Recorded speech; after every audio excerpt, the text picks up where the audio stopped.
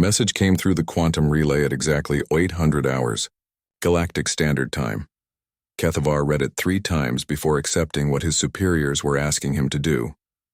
Observe human military operations, document their tactics, report findings to the Council. Simple words that would change everything. Kethavar had spent 40 years watching wars across the galaxy. He had seen the methodical battles of the Crystalline Empire, where armies moved like clockwork across burning worlds.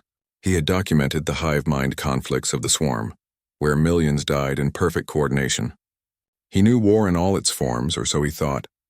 The transport ship dropped him at Observation Station Delta 7, a small platform hidden in the asteroid belt around Kepler 442b. Through the reinforced windows, he could see the human fleet preparing for battle. 847 ships hung in space like metal insects, dwarfed by the massive hegemony invasion force approaching from the outer system. Kethavar activated his recording equipment and began his notes. Human fleet significantly outnumbered. Enemy force consists of 3 200 vessels, including 12 Dreadnought-class battleships. Standard tactical analysis suggests human defeat probability at 97.3%. He had seen this before, a smaller, weaker force facing impossible odds. Usually such forces would retreat to fight another day, or surrender to minimize casualties. That was the civilized way. That was how intelligent species conducted warfare. The human admiral's ship, a scarred battlecruiser called the Incheon, sat at the center of the formation. Its hull showed damage from previous battles, burn marks, patched armor, replaced sections that didn't quite match the original metal. The humans, it seemed, kept their wounded ships in service rather than replacing them. Kethavar adjusted his sensors to monitor communications. The chatter between human ships was unlike anything he had heard before. There was laughter mixed with tactical reports. Crew members mentioned families, shared jokes, spoke of home as if they might never see it again, yet there was no fear in their voices. All ships, this is Admiral Hyun-soo, came the broadcast from the Incheon. The enemy thinks we're going to run. They think we're weak because we have fewer ships. They think we'll break when they hit us. Kethavar recorded every word. Human psychology had always puzzled the Council. They seem to operate on emotional rather than logical principles. But they don't know us, the Admiral continued. They don't know what happens when you threaten human worlds. They don't know that every one of us would rather die than let them pass. Today we show them what that means. The response from the fleet was immediate and coordinated. Not words, but action. 800 ships began moving into what looked like complete chaos. Traditional battle formations dissolved as human vessels spread across a volume of space that should have been impossible to defend. Kethavar checked his instruments twice, certain there was an error. The humans were dividing their already small force into dozens of smaller groups. Some ships moved toward the asteroid belt, others positioned themselves near the planet's moons. A few actually advanced toward the approaching hegemony fleet. Illogical deployment, he spoke into his recorder. Human forces are fragmenting rather than concentrating firepower. This appears to be a complete breakdown of military discipline, but something nagged at him. The movements looked random, but the timing was too precise. Ships arrived at their positions within seconds of each other. Communication channels buzzed with coded instructions that suggested careful planning rather than panic. Captain Dong-hyun commanded a squadron of 12 frigates, old ships with outdated weapons. According to Kethavar's analysis, they were the weakest units in the human fleet. He watched as Dong-hyun led them straight toward a cluster of hegemony battleships. Suicidal, Kethavar muttered. Completely suicidal. The hegemony fleet entered weapon range and space erupted with energy beams and missile trails. The first exchanges followed predictable patterns: long-range bombardment, shield testing, probe attacks. The humans took heavy damage immediately.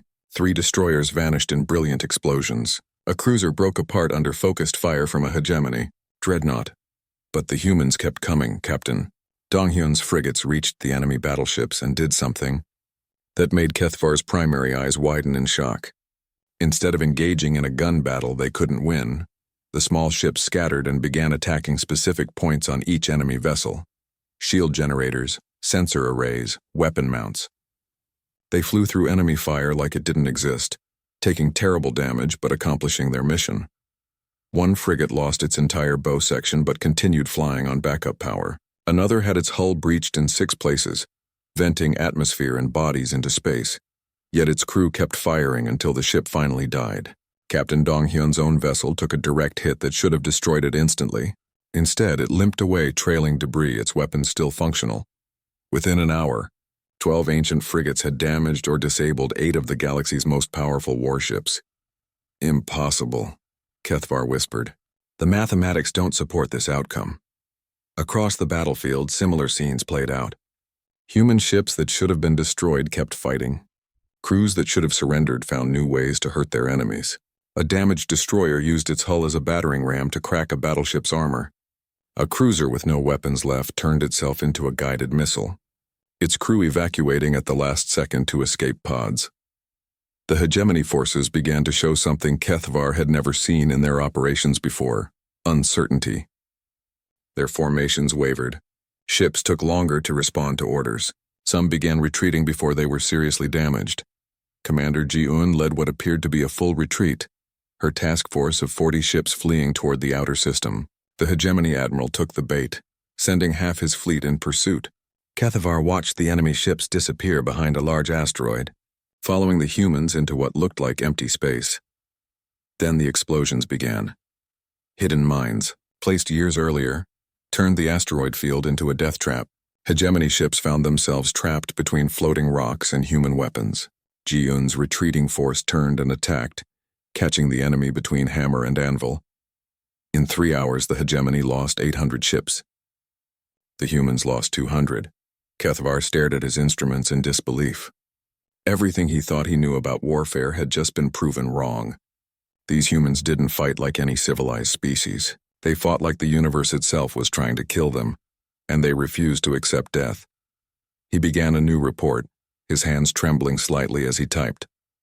Initial assessment was incorrect. Human military capabilities exceed all known parameters. Recommend immediate tactical revision of all threat estimates. But even as he wrote those words, Kethvar knew they were inadequate. What he had witnessed wasn't just superior tactics or better training. It was something deeper, something that chilled him to his core. The humans fought as if losing wasn't just defeat, it was the end of everything they cared about. And that desperation made them more dangerous than anything he had ever seen. The battle had been going for 18 hours now, and Kethvar was beginning to understand that everything he knew about war was wrong. The hegemony reinforcements arrived at dawn, Galactic Standard Time. 2,000 fresh ships dropping out of hyperspace in perfect formation, ready to crush what remained of the human fleet. Admiral Hyun-soo had fewer than 600 vessels left, many of them damaged. By every rule of warfare Kethvar knew, this should have been the end. Instead, the humans smiled. Kethvar had managed to hack into some of their communication channels. He watched Captain Minho on the bridge of his destroyer, the Busan's Fury. Half the bridge crew was wounded. Smoke filled the air from damaged systems.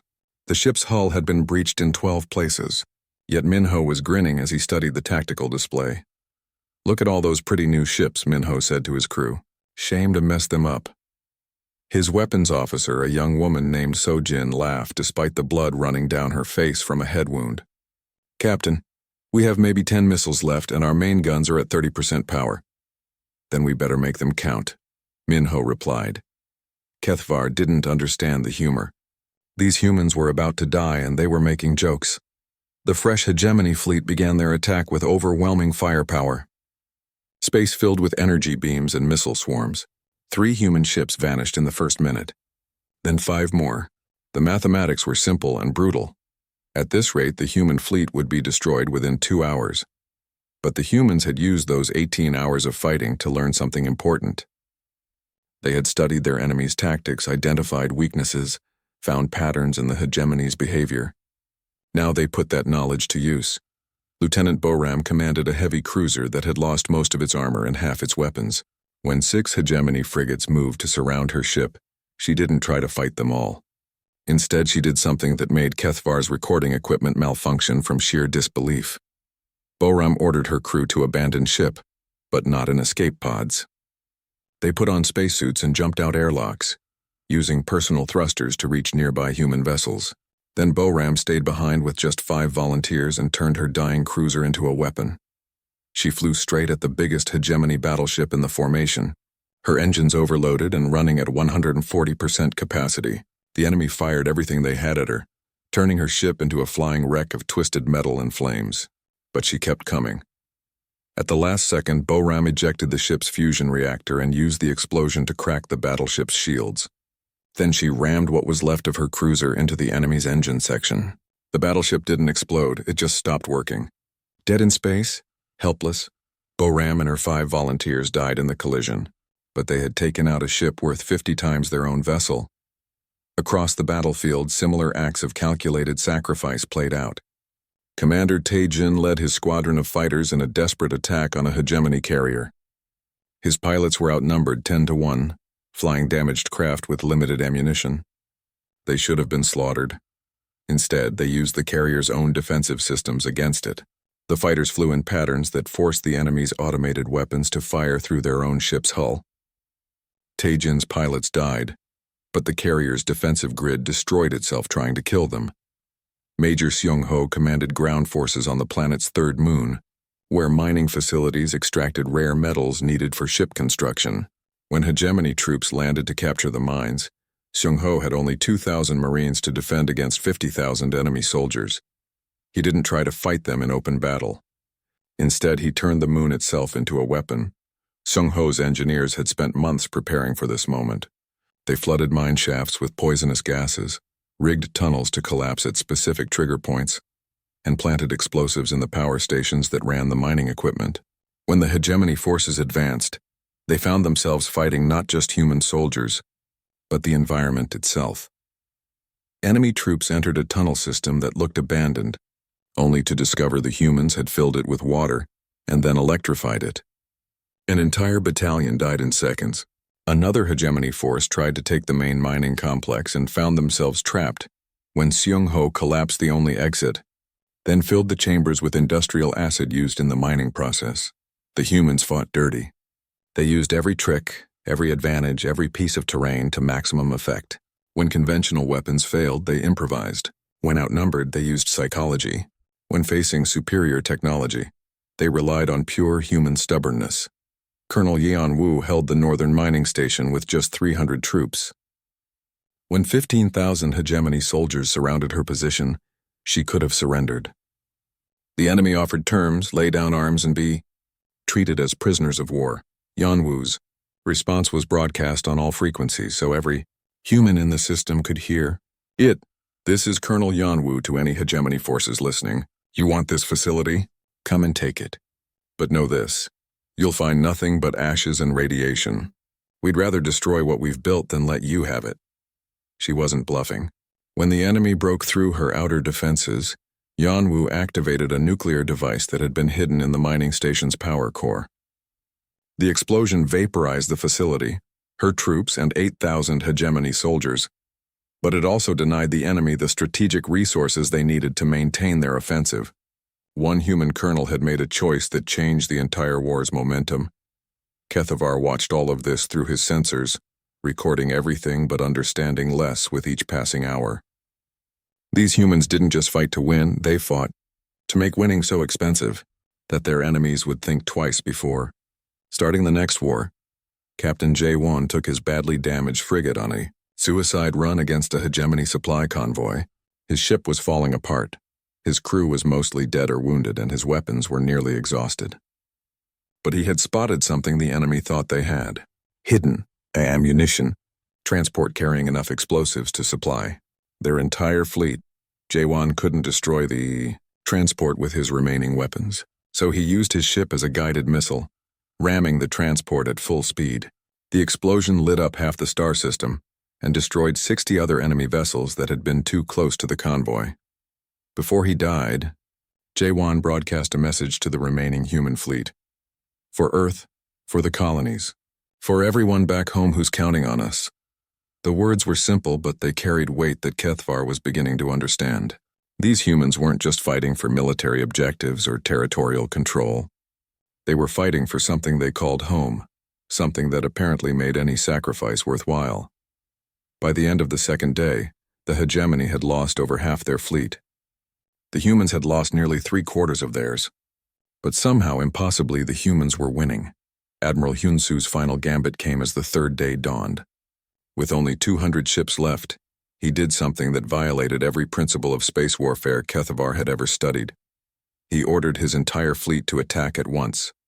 Every ship, in a coordinated assault on the remaining hegemony dreadnoughts. No reserves, no tactical flexibility, no backup plan. Everything committed to one final roll of the dice. It worked. The humans hit so hard and fast that the enemy couldn't respond. Ships that should have been destroyed kept fighting through sheer determination. Crews that should have been dead found ways to fire one more shot, launch one more missile, ram one more enemy vessel. When it was over, the hegemony fleet was gone, scattered, destroyed, or in full retreat. The humans had won. But as Kethavar looked at the cost, hundreds of thousands dead, entire planets scarred, resources consumed that would take decades to replace, he realized this wasn't victory as he understood it. This was something else entirely. Something that frightened him more than any defeat could have. The victory celebration was unlike anything Kethavar had ever witnessed. There was no celebration. The humans gathered their dead with a reverence that bordered on worship. Every name was recorded. Every body was recovered, even those floating in the void of space after their ships had been destroyed. Admiral Hyunsu personally attended memorial services that lasted for days, speaking each name aloud as if the dead could still hear him. But while they mourned, they also planned. Kethavar had gained access to human military communications, and what he heard chilled him. Even as they buried their friends, the humans were analyzing every moment of the battle, learning from every mistake, preparing for the next war. The hegemony will be back, General Hyejin told her staff during a strategy meeting held in the shadow of a memorial wall. They can't let this defeat stand. Our intelligence suggests they're already mobilizing reserves from the core worlds. Around her, tired officers with bandaged wounds and haunted eyes nodded grimly. These were people who had just survived the impossible, and their first thought was about the next impossible thing they would have to survive. Dr. Wu Jin, a human scientist who studied alien psychology, approached Kethavar's observation station under a flag of truce. She was a small woman with gray hair and sharp eyes that seemed to see more than they should. "I know you're watching us," she said, looking directly at the hidden sensors. "The Galactic Council sent you to study how we fight. I think it's time we talked." The meeting took place on a neutral transport, halfway between the human fleet and Kethavar's station. Dr. Wu Jin came alone and unarmed, which should have made Kethavar feel safer. Instead, it made him more nervous. "You're afraid of us," she said without introduction. "Not because we're strong, but because we're different. Because we fight in ways you don't understand." Kethavar activated his translation device and replied carefully. "Human military tactics are unusual. The Council wishes to understand them better." Dr. Wu Jin smiled, but it wasn't a happy expression. "We call it total war. The idea that when survival is at stake, there are no rules, no limits, no prices too high to pay. Most species fight until the cost becomes unacceptable. Humans fight until the job is finished, regardless of cost." She showed him recordings from human history. Cities destroyed to end wars faster. Entire populations relocated to deny resources to enemies. Weapons used that poisoned the land for generations. She spoke of conflicts where humans had fought themselves, brother against brother, with the same ruthless determination they now showed against alien enemies. "During our Second World War," Dr. Wu Jin explained, "my ancestors faced an enemy who would not surrender. So they built weapons that could destroy entire cities in a single blast. They used them twice. The war ended immediately." Kethavar's translator struggled with some of the concepts she described. Nuclear weapons used against civilian populations. Chemical weapons that killed indiscriminately. Strategies that sacrificed today's morality for tomorrow's survival. "But that's genocide," he managed. "Yes," she replied calmly. "We're very good at it when we need to be. That's what makes us effective against the hegemony. They think like you do, that there are acceptable losses and unacceptable ones. We don't make that distinction." The conversation was interrupted by an emergency broadcast. Hegemony forces had struck at 3 human colonies in the outer systems. Not military targets, but civilian settlements.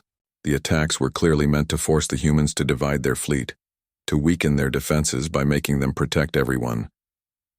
Dr. Wu Jin listened to the reports with a face like stone. When the broadcast ended, She looked at Kethvar with eyes that seemed ancient. "Now you'll see what happens when someone hurts our civilians," she said quietly. Admiral Tae-hyun took command of the response. He was younger than Hyun-soo, with a reputation for innovative tactics that other species considered barely controlled insanity. His solution to the hegemony strategy was simple and terrifying. He attacked their supply lines, not just military supplies but everything. Food shipments to hegemony worlds, medical supplies to their hospitals, raw materials for their industries. Taehyun's task force swept through hegemony space like a plague, destroying anything that kept their civilization running. When the hegemony fleet rushed back to defend their home systems, they found their people starving. When they tried to treat their wounded, they discovered their medical centers had no equipment. When they attempted to build new ships, they learned their factories had no materials. Commander So-young led the evacuation of New Busan when hegemony forces arrived in overwhelming numbers. 12 million civilians needed to be moved to safety, but the transport ships could only carry 10 million before the enemy arrived. The choice was simple and horrible: save who could be saved, or lose everyone trying to save them all. So-young made the decision that would haunt her for the rest of her life. She ordered the transport fleet to leave with 10 million civilians. Then she stayed behind with her military forces and the 2 million who couldn't escape. But she didn't surrender the colony. Instead, she turned it into the largest weapon in human history. New Busan was built around a series of fusion reactors that powered the entire colony. So-young's engineers had spent years making those reactors more efficient, more powerful, more stable. Now she ordered them to do the opposite. When the hegemony fleet entered orbit to claim their prize, So-young sent them a message. "This is Commander So-young of the Human Defense Force. You have 30 minutes to withdraw from this system. If you're still here when the timer reaches 0, you'll learn why humans don't make good prisoners." The hegemony commander laughed at what he considered an empty threat. He had 800 ships against one damaged space station and a few million helpless civilians. 29 minutes later, So-young destabilized 6 fusion reactors simultaneously. The explosion was visible from 3 star systems away: New Busan, the hegemony fleet, and 2 million human civilians vanished in a ball of plasma that briefly outshone the local sun. But the psychological effect was worth more than any military victory. The hegemony now knew that humans would literally destroy themselves rather than be conquered. Every future attack would have to account for the possibility that the target would simply cease to exist, rather than surrender. Captain Jae-won volunteered for the mission that everyone knew was impossible. Hegemony intelligence had discovered a secret research facility where humans were developing new weapons. The facility was protected by automated defenses, surrounded by minefields, and located deep in enemy territory. Jae-won's team consisted of 12 volunteers, all of them young soldiers who had lost family in the colony attacks. They piloted a single stealth ship through defenses that should have detected them instantly. When asked how they planned to return, Jae-won simply said they didn't. The research facility contained samples of a biological weapon the hegemony had developed, a plague designed to target human DNA specifically. It was meant to be used as a final solution if conventional warfare failed. Jae-won's team didn't just destroy the facility. They stole the plague and modified it, turning it into something that could affect hegemony biology. Then they released it into the local water supply before destroying themselves and the facility. The plague spread to 3 hegemony star systems before it burned itself out. Billions died, military and civilian alike. The hegemony's ability to wage war was crippled for a generation. When asked about the morality of using biological weapons, General Haijin's response was broadcast throughout human space. "They brought a plague to use against our children. We simply returned it to them with improvements. If they don't want to die from engineered diseases, they shouldn't create engineered diseases." Kethvar watched all of this unfold with growing horror. The humans weren't just winning the war, they were redefining what war meant. Every boundary, every rule, every assumption about civilized conflict was being torn apart by a species that refused to accept limits. The worst part was how efficiently they did it. Every atrocity was calculated, every horror was strategic. They didn't kill from anger or hatred, but from cold logic that said any price was acceptable if it protected human space. As the hegemony forces finally began their full retreat, Abandoning conquered worlds and fleeing toward the galactic rim, HFY realized something that made his blood run cold. The humans weren't fighting this war to defeat the hegemony. They were fighting it to send a message to every other species in the galaxy. This is what happens when you threaten us. And the message was being received. His own people, the Velthari Collective, had quietly canceled their expansion plans near human space.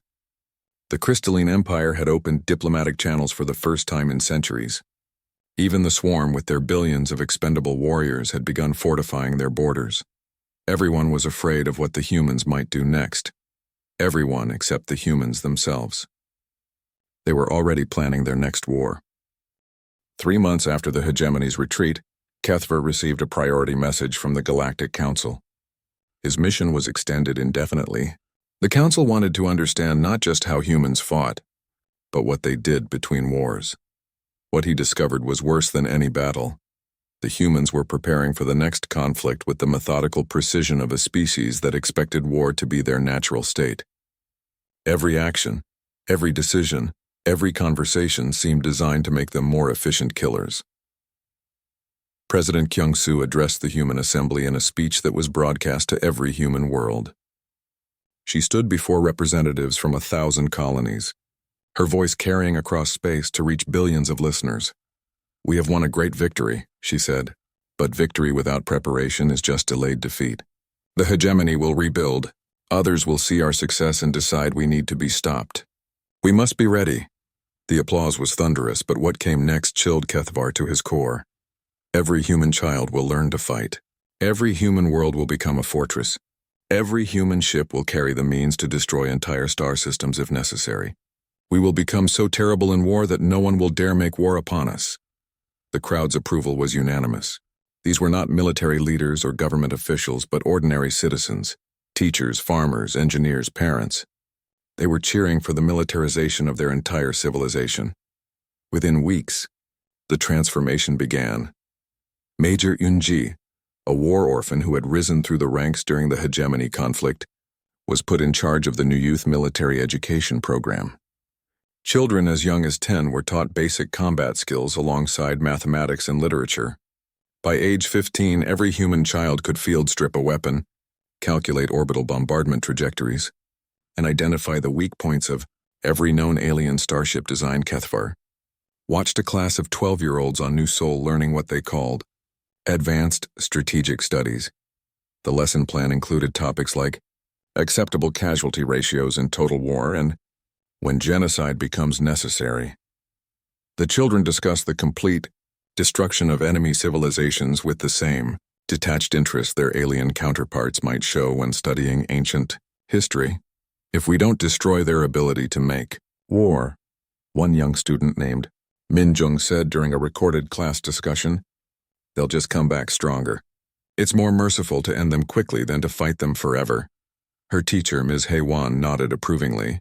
"Excellent reasoning, Min Jung. Can anyone tell me why complete destruction is sometimes more humane than partial victory?" The students raised their hands eagerly, competing to give the most thorough answer about the mathematics of extermination. Industrial production shifted from civilian goods to military equipment. Factories that had made farming equipment now produced ammunition. Shipyards that built cargo vessels started turning out warships. Every human world began stockpiling weapons, supplies, and the means to survive. Extended sieges. But most disturbing was how they approached scientific research. Dr. Chang Min led a team developing new weapons technologies at a research station hidden in an asteroid field. His latest project was something he called stellar engineering, the ability to destabilize stars and turn them into weapons of unimaginable power. The hegemony thought destroying planets was the ultimate threat, he explained to his research team during a meeting. HFY managed to monitor. "We'll show them what it means to destroy entire solar systems. When our enemies see we can make their sun go supernova, they'll think twice about fighting us." The technology was theoretical, but the humans were making rapid progress.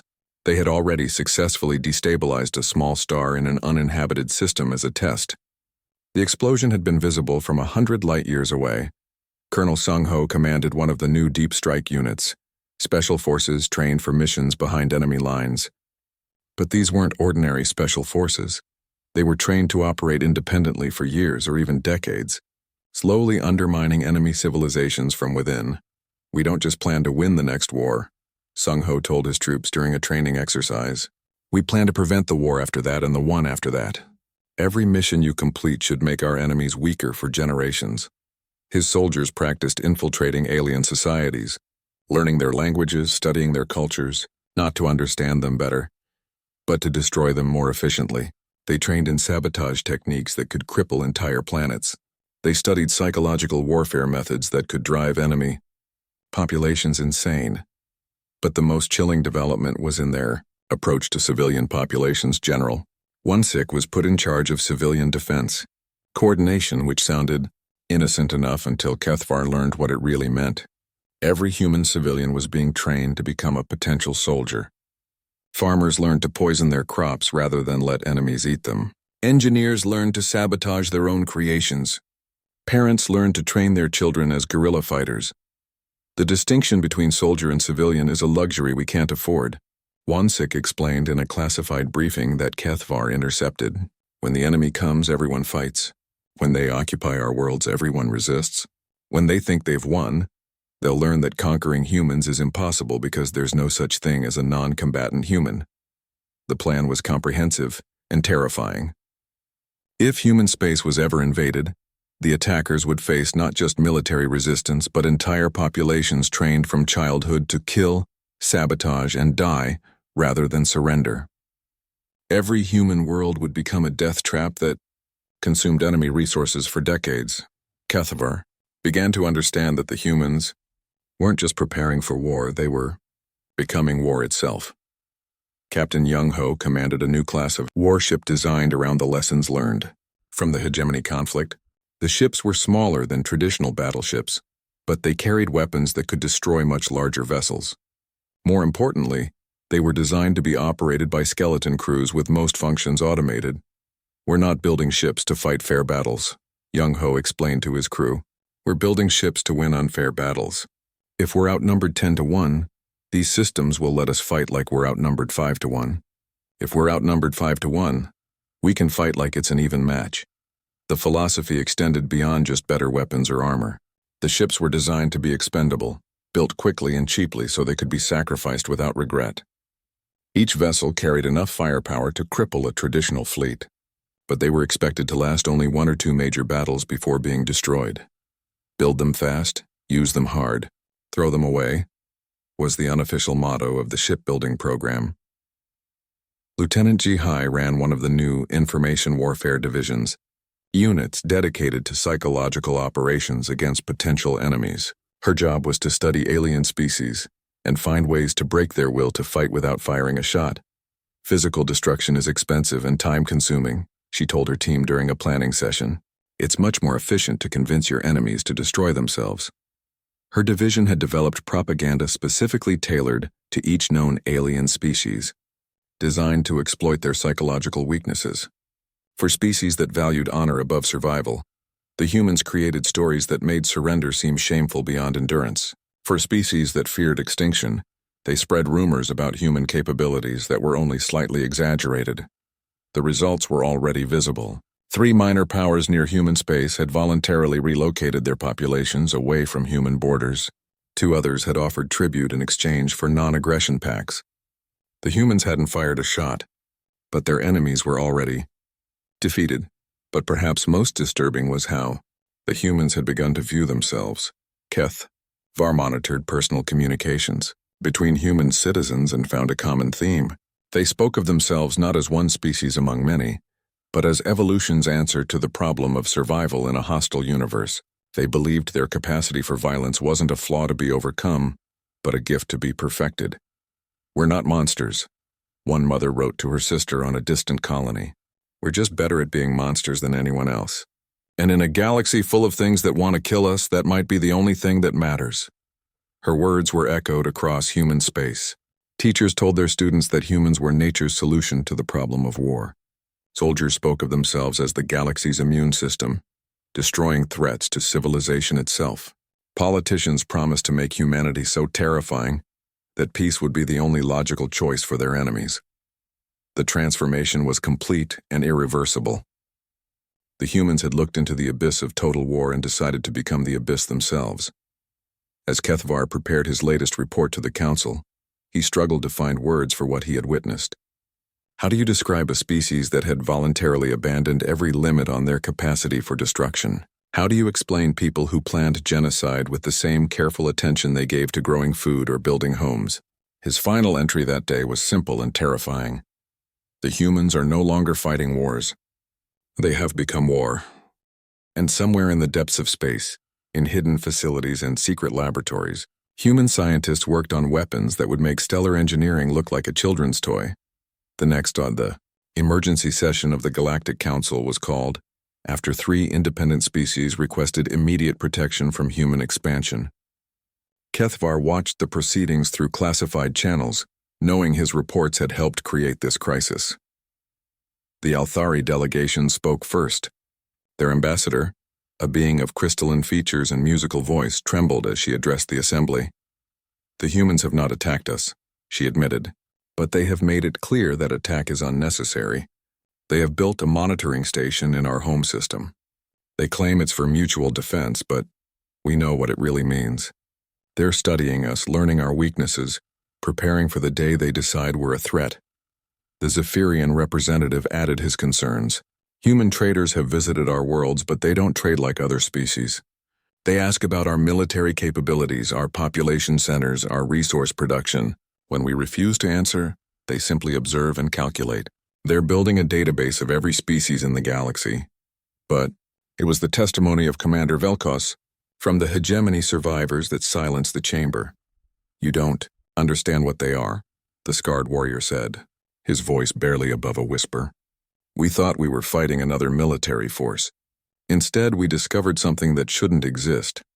A species that views the complete destruction of its enemies as a moral imperative.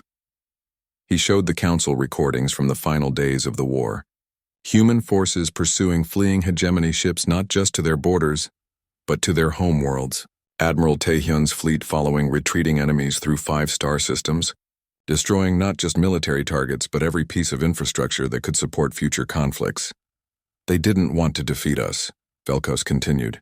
They wanted to make it impossible for us to ever threaten them again. They turned our own worlds into traps, poisoned our water supplies, and corrupted our food chains. It will take us centuries to rebuild if we ever can. The recordings showed something that made even seasoned council members recoil. Human soldiers on occupied hegemony worlds, systematically destroying libraries, schools, and cultural centers, not out of hatred, but as part of a calculated strategy to prevent the hegemony from ever again developing the social cohesion necessary for large-scale warfare. They're not just conquering territory, Velkos explained. They're eliminating the possibility of future resistance. Kethvar knew the council was seeing only a fraction of the truth. His latest intelligence reports contained information so disturbing he had transmitted them under the highest security classifications. The humans had developed something they called deep cultural analysis and comprehensive studies of every known species designed to identify the exact methods needed to destroy not just their military capabilities, but their entire civilization. The research was conducted with academic thoroughness and scientific precision. Dr. Mi Young led the team studying the Velthari collective, Kethvar's own species. Her report, which he had somehow managed to access, read like a manual for genocide written by a philosopher. The Velthari's greatest strength is their hive-mind communication system, she wrote. It allows perfect coordination across vast distances and eliminates the possibility of miscommunication during military operations. However, this same system represents their critical vulnerability. If we can introduce a virus into their neural network, we can cause cascading psychological failures across their entire species. Estimated time to complete societal collapse, 18 months.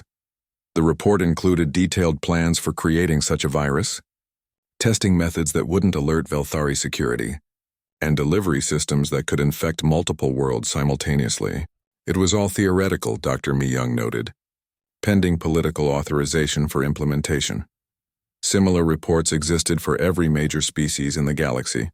For the crystalline Althari, the humans had identified a sonic frequency that would shatter their biological matrix. For the aquatic Zephyrians, they had developed a chemical compound that would turn their ocean worlds toxic.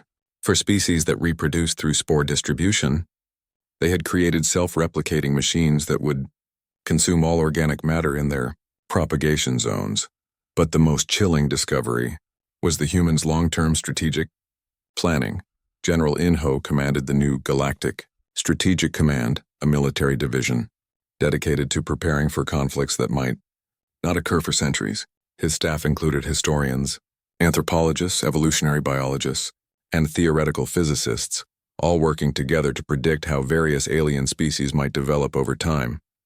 We're not just preparing to fight our current enemies, Inho explained during a briefing session that Kethavar monitored.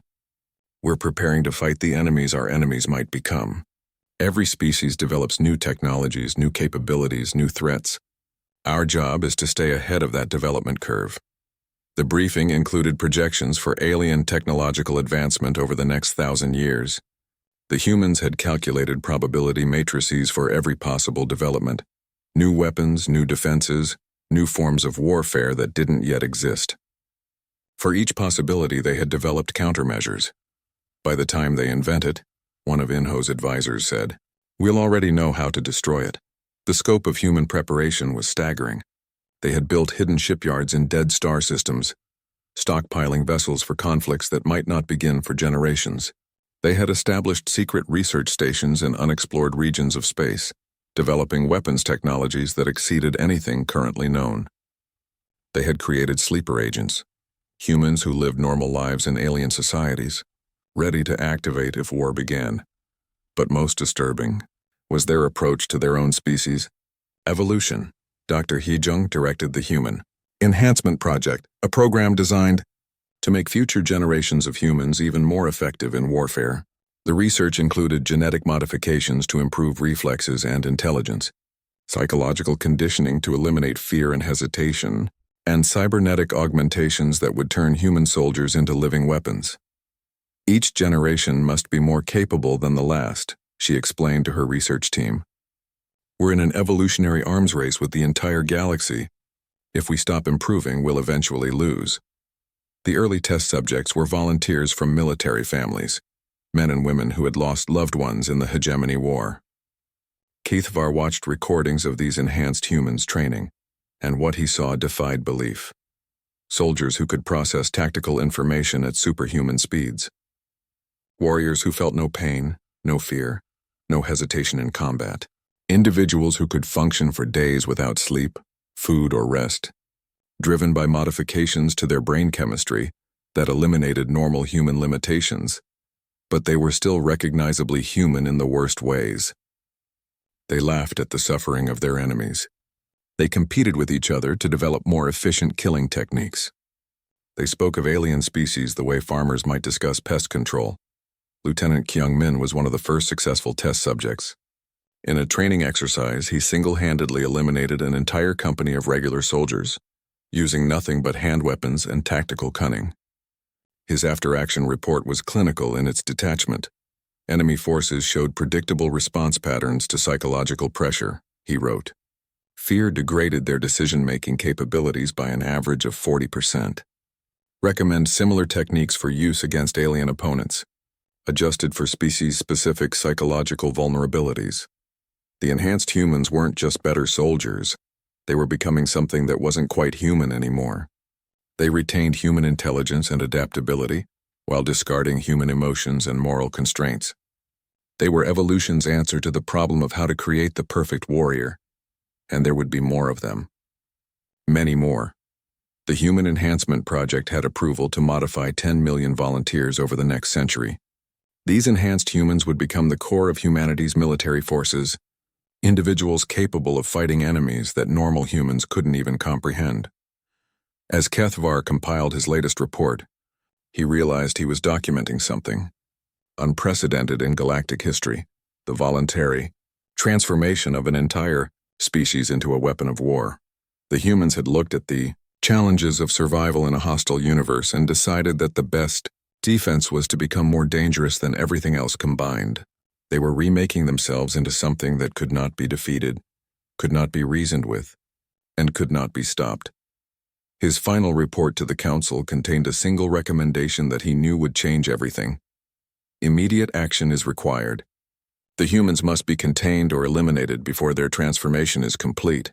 In 5 years it may be too late. In 10 years it will definitely be too late. But even as he sent the message, HFY wondered if it wasn't already too late. The humans had spent months studying his observation station.